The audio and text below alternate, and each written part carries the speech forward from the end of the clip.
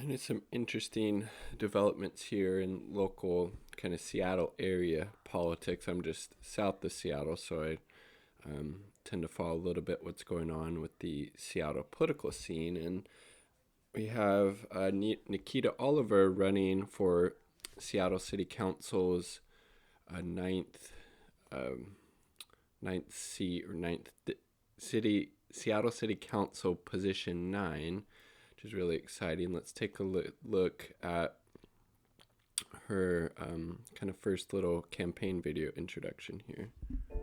Pay homage to the Duwamish, Suquamish, and the tribes upon whose lands and waterways we traverse. I cannot claim this land, but here I find home, so I pay real rent. A rising tide may lift all boats, but we ain't all got boats to catch the ride. So we fight, not to get swept away by the riptides. We demand repair and reparations, native sovereignty and black liberation. Together, all oppressed peoples, we change our situation, letting go of all that weighs us down, that we might fly beyond prisons and police. No more loved ones living on the streets. We stop at all the sweeps. People over profit becomes our beliefs. Everyone's essential. Good food, clean water is always in reach.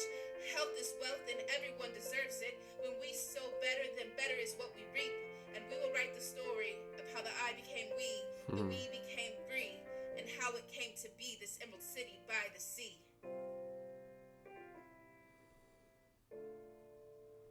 Get involved. Nikkita49.com. Paid for Nikkita by the people. And look, that's just awesome.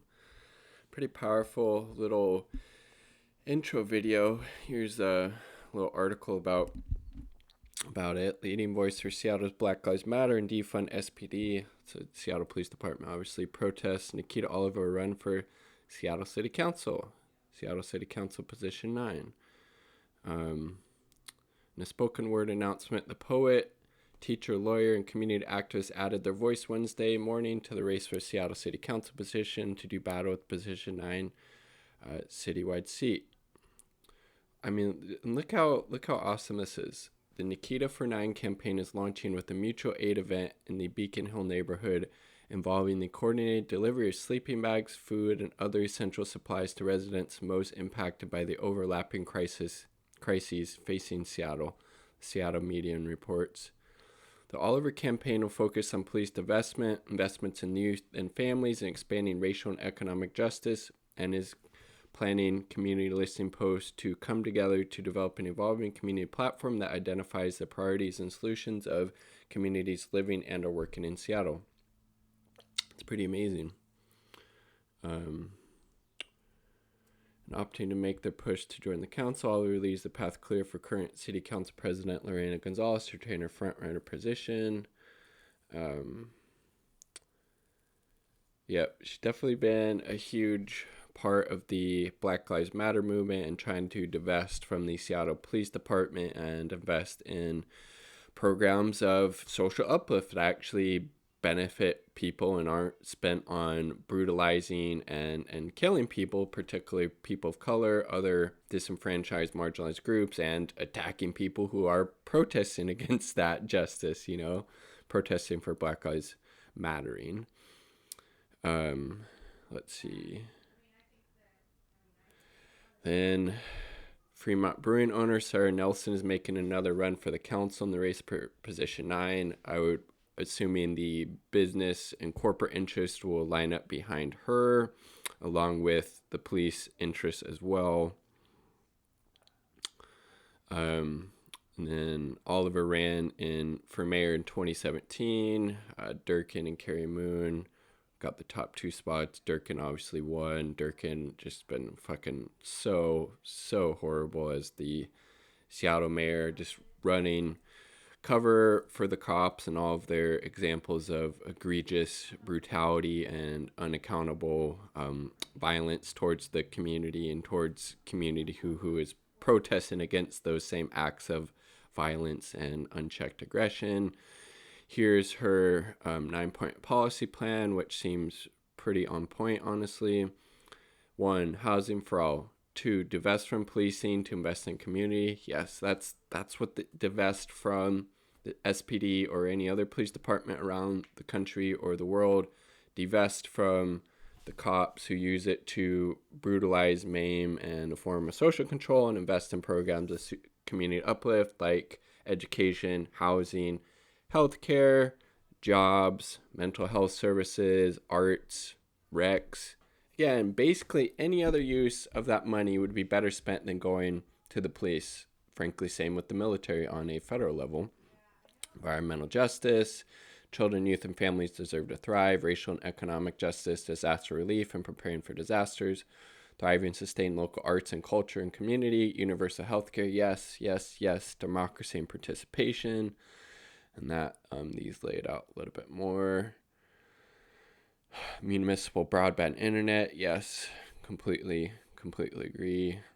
Local arts and cultural community, I mean, just on point. Again, I think if she was, I really hope she is elected to the position. Obviously, I think she would be right up there as a powerful voice for the working class, as Kshama Sawant is. By far, in a way, Kshama Sawant is the most progressive member of the Seattle City Council, and it just happens that she is on the socialist alternative ticket. So it'd be interesting if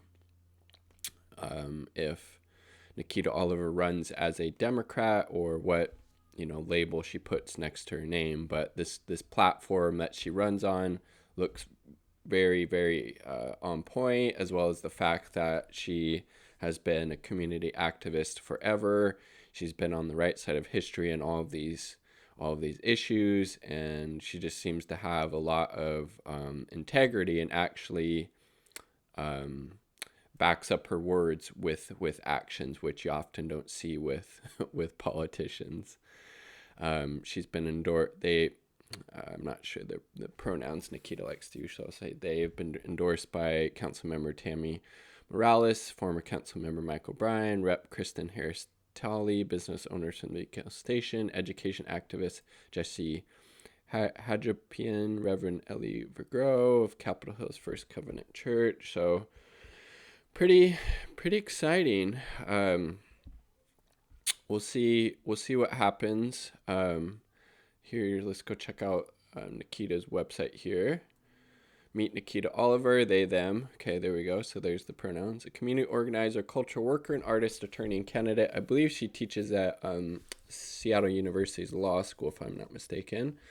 And candidate for Seattle City Council position 9. Nikkita has lived in Seattle, Washington since 2004 and has served as community support and cultural worker with Urban Impact, Union Gospel Missions, Youth Reach Out Center, the Urban Youth Leadership Academy, Seattle Urban Academy Who's Next, Year Up, and Riders in School. They're currently Executive Director of Creative Justice, Arts-Based Healing, Engage Space for Youth. Nikkita Oliver is a founding member of the grassroots Seattle People's Party. Maybe she'll run under that party, then that's interesting. And they are part of several coalitions of organizations in Seattle, King County region, including Decriminalize Seattle, Free Them All, No New Youth Jail, all of them building a world which collective health and liberation from oppressive systems. I mean, just on point. We need 400 donations and 400 signatures to qualify for democracy vouchers. E-sign and donate. I will be putting in my information once I'm done with this video, because definitely we need to do everything that we can to get people like Nikkita Oliver elected on city council positions in Seattle and all around the U.S. and abroad.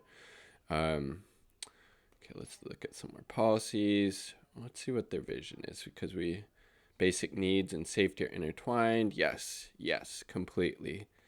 When people's basic needs are met, we build safety. Meeting basic needs is a baseline for community safety. Yes, when if we really wanted to prevent crime in Seattle, in the U.S., in any other country for that matter, improve the material conditions in people's life. If people have a living wage job, housing, good education, good health care, good retirement, good vacation, good benefits, etc., you would think that would probably go a great deal to reducing crime, because, again, most people out there committing crimes, whatever it may be, and again, crime, is a social construct in a lot of ways that was, kind of developed out of capitalism and property relations in particular. When people's basic material needs are met, probably not going to be out there committing as much crimes to get their needs met. Makes a lot of sense, Nikkita. Our city deserves better options than violent policing and mass incarceration as our only choices for public safety. Yes, co-sign that completely. The majority of what we call crime happens because people do not have their basic needs met. Yes, what I just said, she just said. That is so good. In order for us to create the safer city we imagine, we need affordable and social housing, equitable transportation, affordable childcare, fully funded schools with school counselors, restorative justice coordinators, health services, more culturally responsive, accessible youth programs, health and sex education that teaches healthy relationships, accessible mental health supports, and array of community-based options for supporting DV survivors, and restorative and transformative responses for those who cause harm. Civilianized 911, community-based drug user supports, thriving wage employment opportunities. We must make investments in mobile mental health and crisis support teams immediately so we can get the right care to people experience emergencies when they need it. Yes. This goes on. We cannot thrive as a city when our Black, Native, brown, queer, trans, and disabled neighbors are being left behind. Rising tide may lift all boats. We do not have all boats to catch the tide. There we go. Global climate catastrophe. Rising housing costs. Yes, the cost of housing in Seattle is just astronomical at this point. Just on point. Power comes from the people. Completely agree. Community listening posts. That's pretty amazing. Volunteer, donate. So I'll link this website below. But highly recommend, especially if you are in the Seattle area more broadly, donate, volunteer if you're able to. Like I said, as soon as I get done making this video, I'm going to make a small donation so this campaign's able to get those democracy vouchers. Let's see, what else do we have? A little.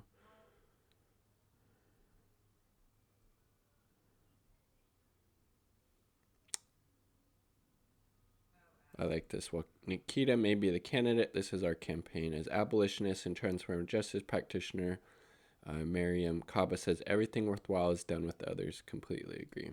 So, boom. A little bit of good news from my perspective. We need more people with a strong commitment to social and racial justice to run for these elected positions, whether it be locally, in this case in Seattle, or statewide, or nationally. But definitely, let's make sure we do what we can to make sure Nikkita wins this race. Like the video if you liked the damn video. Subscribe for more content. All part of the people. Peace. Much love.